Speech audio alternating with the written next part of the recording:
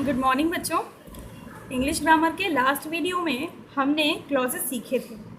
एक छोटा सा इंट्रोडक्शन लिया था क्लॉजेस का। आज क्लॉजेस को और डिटेल में सीखने के लिए हम एक स्टोरी पढ़ते हैं जो आपकी बुक से है, जिसे प्रेजेंटेशन बोलते हैं। ये स्टोरी है। इस स्टोरी में कई जगह आप देखेंगे कि हमने क्लॉजेस का इस्तेमाल किया है। हमने क्या करना है, हमें उन सेंटेंसेस को फाइंड आउट करना है, हमें उनको ढूंढना है। तो चलिए स्टार्ट करते हैं। स्टोरी ये है, Monica used to pick her child from school. अब ये देखिए, सेंटेंस मोनिका से स्टार्ट हुआ और स्कूल पर फिनिश हुआ। ये सेंटेंस केवल एक ही सेंटेंस है। ये सेंटेंस जो है ना, वो केवल एक ही सेंटेंस है। एक ही सेंटेंस होने का मतलब क्या है कि इसमें कोई क्लॉज नहीं है। देखो यहाँ पर मोनिका एक सब्जेक्ट है, यूज्ड टू एक हेल्पिंग वर्ब है, पिक एक वर्ब है।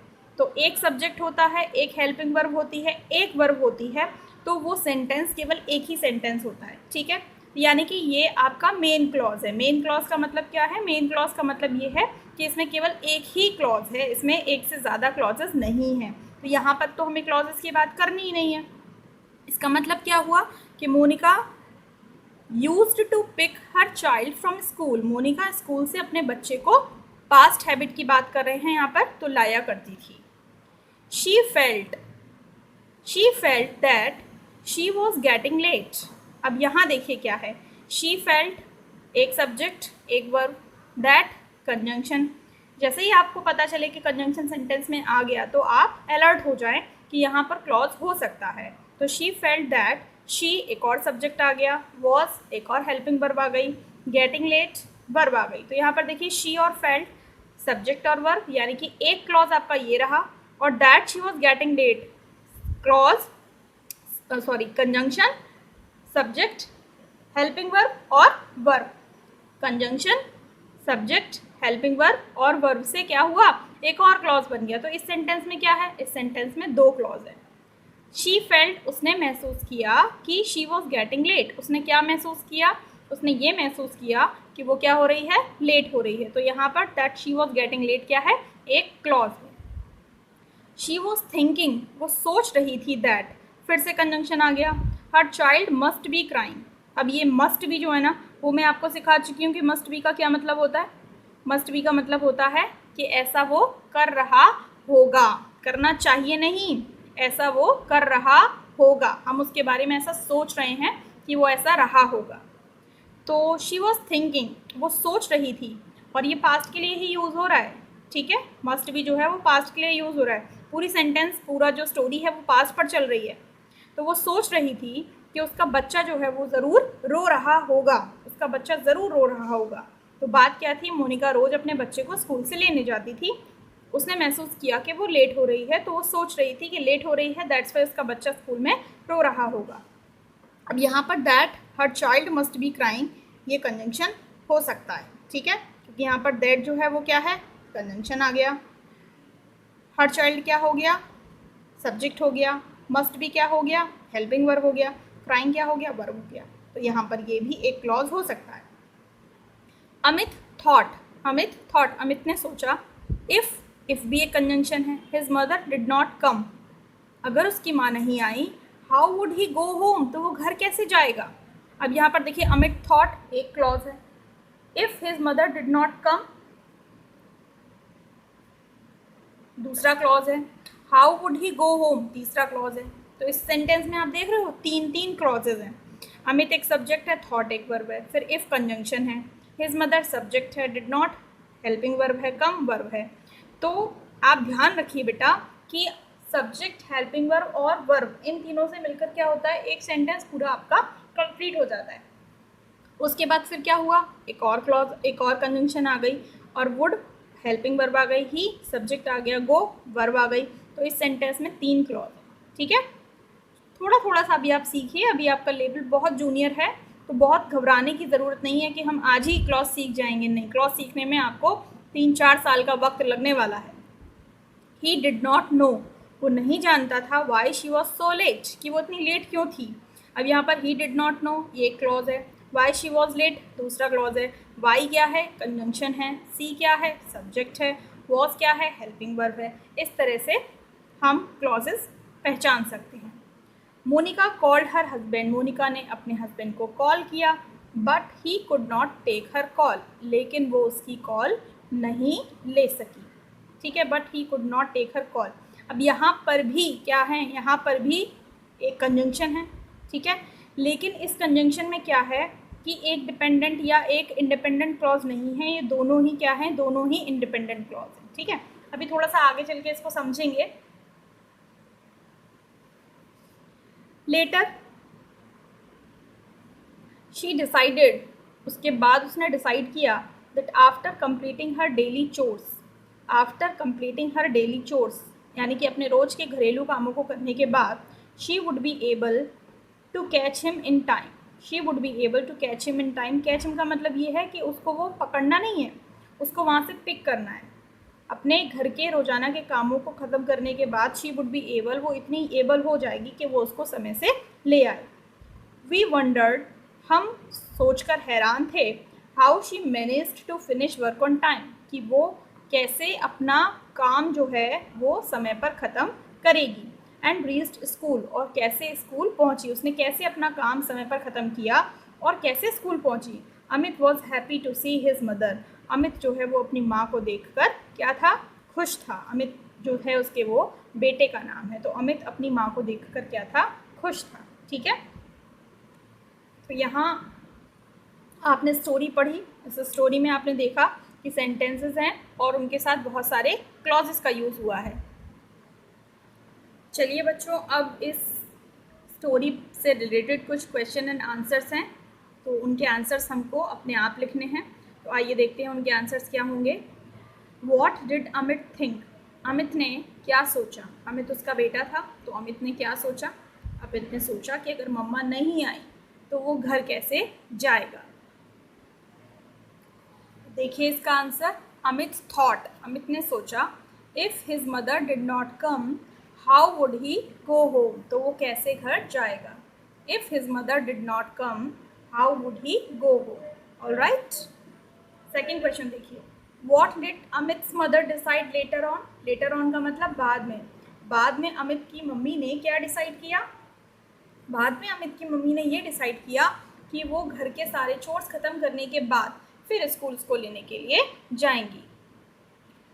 तो इस क्वेश्चन का क्या आंसर होगा, देखिए, शी डिसाइडेड दैट, उन्होंने ये डिसाइड किया कि after completing her daily chores, अपने रोज़ के कामों को ख़त्म करने के बाद she would be able to catch him in time, वो उसको समय पर रिसीव कर लेंगी। ओके, थर्ड देखिए, why did narrator feel, narrator कौन होते हैं, जो राइटर होते हैं, जो स्टोरी टेलर होते हैं, उन्हें हम नरेटर बोलते हैं, जिन्होंने स्टोरी टेल की है, हमें पता ही है। तो Y did narrator feel wonder at the end of the story, story के एंड में नरेटर को वंडर क्यों हुआ, यानी कि उनको आश्चर्यचकित वो क्यों हुए, तो उनको ये आश्चर्य हुआ कि कैसे उन्होंने टाइम पर अपना, उनकी माँ ने, अमित की मम्मी ने कैसे टाइम पर अपना काम ख़त्म कर लिया और वो बच्चे को ले आई।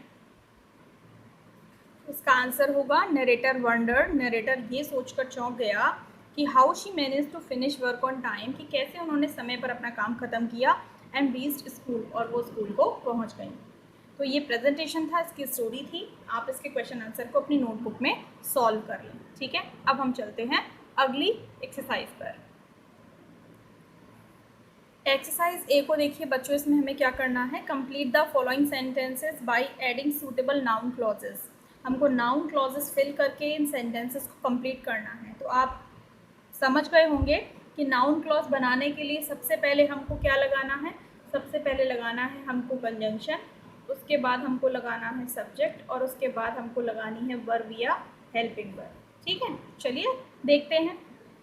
पहला सेंटेंस है, आई can't understand, I can not understand, मैं समझ नहीं सकता हूँ।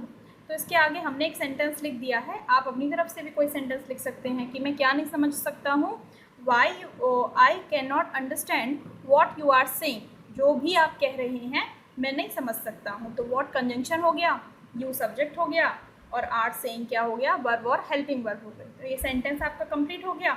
इसमें what you are saying noun clause है और आई कांट अंडरस्टैंड आपका इंडिपेंडेंट क्लॉज है। ठीक है, सेकंड देखिए, दे सेड, उन्होंने कहा, आगे हमने लिख दिया what they heard, what they heard का मतलब जो उन्होंने सुना, तो वॉट का मतलब यहाँ क्या से नहीं निकलेगा, ध्यान रखिएगा। यहाँ वॉट को हमने एज अ कंजंक्शन यूज़ किया है, और जब हम वॉट को एज अ कंजंक्शन यूज़ करते हैं तो वॉट का मतलब क्या नहीं होता है, वॉट का मतलब होता है जो। तो दे सेड, उन्होंने कहा, वॉट दे हर्ड, जो उन्होंने सुना वही उन्होंने कहा। तो वॉट दे हर्ड यहाँ पर नाउन क्लॉज हो गया। अगला देखिए, आई थिंक, मुझे लगता है, वेदर ही विल कम और not. I think whether he will come और नॉट, वेदर भी एक कंजंक्शन है कि पता नहीं वो आएगा या नहीं, वेदर ही विल कम और नॉट, पता नहीं, वेदर का मतलब पता नहीं वो आएगा या नहीं। I think whether he will come और नॉट, मैं सोच रहा हूँ कि पता नहीं वो आएगा या नहीं आएगा। तो यहाँ पर ये क्लॉज है, नाउन क्लॉज है। नेक्स्ट देखिए, ही टोल्ड मी, उसने मुझसे कहा, उसने मुझसे क्या कहा, why he left his job, कि उसने अपनी जॉब क्यों छोड़ी। ही टोल्ड मी, उसने मुझे बताया कि why he left his job, कि उसने अपनी जॉब क्यों छोड़ी, उसने अपनी जॉब क्यों छोड़ी। ठीक है, तो ये एक नाउन क्लॉज है। फिफ्थ देखिए, अब यहाँ पर हमने सब्जेक्ट की जगह पर नाउन क्लॉज लगाया। तो नाउन क्लॉज हम दो जगहों पर लगाते हैं, या तो सब्जेक्ट की प्लेस पर लगाते हैं या फिर ऑब्जेक्ट की प्लेस पर लगाते हैं। तो वॉट ही डज, वह जो कुछ भी करता है, हर्ट्स मी, उससे मुझे क्या होती है, तकलीफ़ होती है। वो जो भी कुछ करता है उससे मुझे तकलीफ़ होती है। तो यहाँ पर हर्ट्स मी जो है वो आपका इंडिपेंडेंट क्लॉज है, एंड वॉट ही डज आपका डिपेंडेंट क्लॉज है, और वो नाउन क्लॉज है। सिक्स देखिए, यू कैन ईट, तुम खा सकते हो। वॉट इज़ अवेलेबल, जो कुछ भी उपलब्ध है तुम खा सकते हो। तो यहाँ पर वॉट कंजंक्शन है, और कंजंक्शन के साथ वो सब्जेक्ट का भी काम कर रहा है, उसके बाद में आपकी वर्ब है।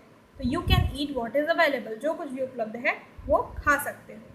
तो हम यहाँ पे हियर और लगा देते हैं, तो सेंटेंस और अच्छा हो जाएगा कि you can eat what is available here. आगे देखिए, कैन यू गेस, क्या तुम अनुमान लगा सकते हो, हु हैज़ कम, कौन आया है, तो हु हैज़ कम क्लॉज है। एट्थ देखिए, आई फील सर्टेन, यानी कि मैं निश्चित रूप से ऐसा महसूस करता हूँ कि ही विल पास, कि वो पास हो जाएगा। तो यहाँ पर दैट कंजंक्शन है, ही सब्जेक्ट है और विल पास वर्ब और हेल्पिंग वर्ब है। तो आई फील सर्टेन, मैं निश्चित रूप से महसूस करता हूँ कि वो पास हो जाएगा। 9 देखिए, आई डू नॉट नो, मैं नहीं जानता हूँ, वेयर ही लिव्स, वो कहाँ रहता है। तो ये सेंटेंस जो है ना आगे के, वो हमने उसको क्लॉज के रूप में यूज़ किया है। तो सेंटेंस का बस मीनिंग निकलना चाहिए, उसके आधार पर आप सेंटेंस बना सकते हैं। वेयर ही लिव्स, वो कहाँ रहता है। 10th देखिए, नो वन नोज, कोई नहीं जानता, व्हाट ही डज, कि वो क्या करता है। कोई नहीं जानता, no one knows what he does, कि वो क्या करता है। तो इस तरह से एक्सरसाइज ए हमारी कंप्लीट होती है। आप इसे अपनी नोटबुक में सॉल्व कर सकते हैं। ठीक है, चलते हैं अगली एक्सरसाइज पर। बच्चों, नेक्स्ट एक्सरसाइज तो आसान है क्योंकि उसमें आपको कुछ बनाना नहीं है, केवल अंडरलाइन करना है। तो identify the noun clauses in the following sentences, नीचे सेंटेंसेस में आपको क्या करना है, नाउन क्लॉजेस को आइडेंटिफाई करना है। सेंटेंस देखिए, I wondered what he was doing there. I wondered, what conjunction है, तो कंजंक्शन के साथ जो भी है वो सारा नाउन क्लॉज में आ जाएगा। तो what he was doing there, I wondered, मैं सोच कर हैरान था कि what he was doing there, कि वो वहाँ क्या कर रहा था। What he was doing there, noun clause है। He replied, उसने उत्तर दिया, that he would come, कि वो आ जाएगा, उसने कहा कि वो आ जाएगा। तो that he would come, noun clause है। थर्ड देखिए, she asked if I could help her, उसने पूछा कि क्या मैं तुम्हारी मदद कर सकता हूँ। She asked if I could help her, उसने पूछा कि I could help her, कि क्या मैं उसकी मदद कर सकता हूँ। तो if I could help her, noun clause है। That honesty is the best policy, अब यहाँ पर कंजंक्शन से सेंटेंस स्टार्ट हुआ है, ऐसे हो सकता है। Honesty is the best policy is a well known fact, ये एक जानी पहचानी बात है कि honesty is the best policy, ईमानदारी ही सबसे अच्छी नीति है। तो that honesty is the best policy, ये नाउन क्लॉज है। नेक्स्ट देखिए, आई एक्सपेक्टेड, मैंने ये एक्सपेक्ट किया, that I would get the first prize, तो मुझे ये लगा, है ना, या मैंने ऐसी आशा की थी कि मुझे फर्स्ट प्राइज़ मिलेगा। I would get the first prize, मुझे फर्स्ट प्राइज़ मिलेगा, लेकिन नहीं मिला। तो I would get the first prize, that I would get the first prize, noun clause है। 6 देखिए, डू यू नो, क्या तुम जानते हो, वाई ही इज़ लेट, कि वो लेट क्यों है। तो why he is late clause है, नाउन क्लॉज है। 7 देखिए, I don't know what he wants, मैं नहीं जानता कि वो क्या चाहता है। तो ही के साथ वांट्स तो लगता ही है प्रेजेंट इंडेफिनिट में। तो व्हाट ही वांट्स, वो क्या चाहता है, नाउन क्लॉज है। 8th देखिए, पे केयरफुल अटेंशन टू, बहुत ध्यान दो उसकी तरफ जो what I am going to say, जो मैं कहने जा रहा हूँ। Pay careful attention to what I am going to say, noun clause है। 9 देखिए, that she should forget me so quickly hurts me. तो आपको सेंटेंस में क्या ढूंढनी है, मेन वर्ब ढूंढनी है। मेन वर्ब से पहले क्या आता है, सब्जेक्ट आता है, तो सब्जेक्ट की जगह पर ये पूरा लंबा वाला सब्जेक्ट लिखा हुआ है, तो आप यहीं से पहचान सकते हो कि ये पूरा का पूरा कंजंक्शन है।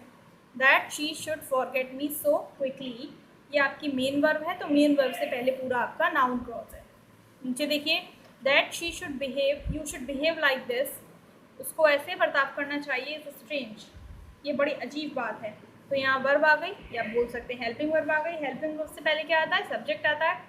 सब्जेक्ट की प्लेस पर इतना बड़ा सेंटेंस लिखा हुआ है जो कि एक क्लॉज है, और वो कौन सा क्लॉज है, वो नाउन क्लॉज है। तो इस तरह से आपका ये नाउन क्लॉज है। ठीक है, तो आज हमने बच्चों एक्सरसाइज ए और बी सॉल्व की है और इसके साथ प्रेजेंटेशन स्टोरी की है।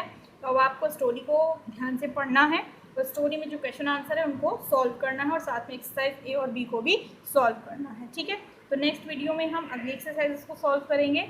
Till then, be safe, stay at home, bye bye.